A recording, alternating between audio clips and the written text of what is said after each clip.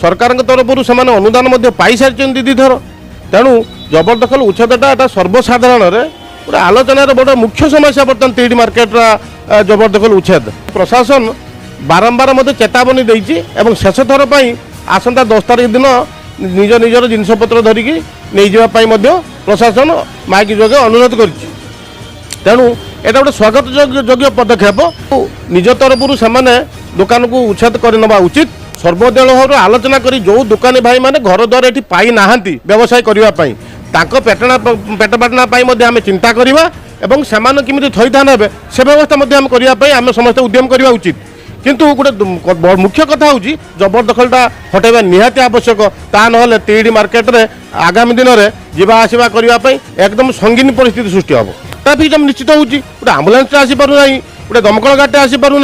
माने यात्री माने अजथा हैरान हरकत होउछन्ती हाटबारी दिन एवं गोटे गोटे पर्वपर्वाणी दिन माने एत अकथनीय जंत्रणा होउची माने राइस मिल पाखरु पुणी 100 मिल पर्यंत गोटे घंटा 2 घंटा लगुच गोटे गाड़ी पास करने तेणु निहाती एटा उच्छेद हवा आवश्यक।